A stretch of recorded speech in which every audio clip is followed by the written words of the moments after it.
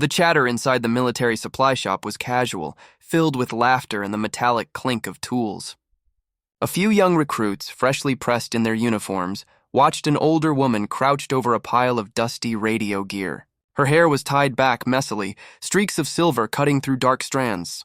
Her hands, calloused and steady, worked carefully with a small screwdriver. But to them, she was just the shop's gear lady, someone too old and too ordinary to matter. One whispered to another, "Looks like my grandma's trying to fix a microwave." They chuckled. One muttered, "Bet she's never even seen combat." The laughter echoed against the metal shelves. She heard every word. She said nothing. Her focus stayed on the static-filled radio crackling in her hands. Before I go on, let me ask you, where are you watching from right now? And if you're new here, make sure to subscribe. If you believe in unsung heroes, acts of kindness, and stories of real courage, this one will move you deeply. Her name was Sergeant Major Linda Walker. For 22 years, she served as a Marine Corps communications officer. She had guided special operations teams through hostile deserts and storm-drenched jungles, coordinating missions where one wrong frequency meant death. She was there when convoys were ambushed, patching through air support under fire. She was there when satellites failed, improvising with broken gear to keep soldiers alive. But she never boasted. She never wore her medals outside of her dresser drawer at home. When retirement came, she took a quiet post maintaining equipment at a base shop, invisible, unrecognized, but still serving in her own way. What the recruits didn't know was that the woman they mocked had been the unseen lifeline of operations they read about in history books. She had carried the weight of lives on her headset, and in silence, she had borne the loss of brothers who didn't make it home.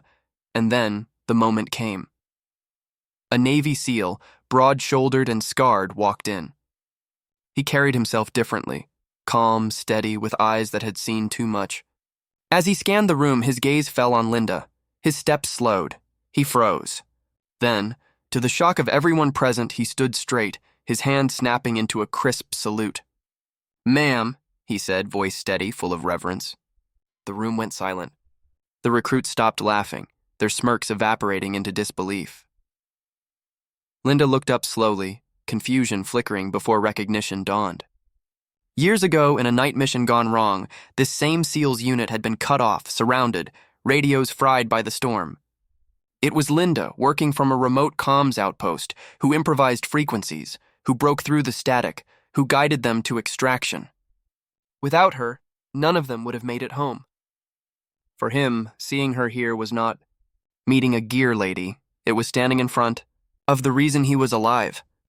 The recruits watched in stunned silence as the SEAL, a man they would have laid their pride on saluting, held his posture. Before the woman they'd just mocked, Linda didn't gloat. She didn't smirk or say, "I told you so." She simply rose, nodded back with quiet dignity, and returned his salute. Her voice, calm but firm, broke the silence. A person's worth is not in the uniform they wear today. It's in what they've given when no one was watching. The recruits' faces flushed with shame. Respect filled the room where laughter had been only minutes before. To them, she wasn't invisible anymore. She wasn't just fixing radios. She was a living reminder of sacrifice, courage, and the invisible backbone of military history. Word spread quickly across the base about the moment the shop lady received a SEAL's salute. But Linda didn't change. She went back to her workbench, continued fixing the gear that others overlooked, continued serving without needing praise. That was her way. If this story has touched your heart, I invite you to like, share, and subscribe to our channel. Comment below. Have you ever judged someone too quickly only to discover their true worth later? Remember this, real heroes don't always stand in the spotlight.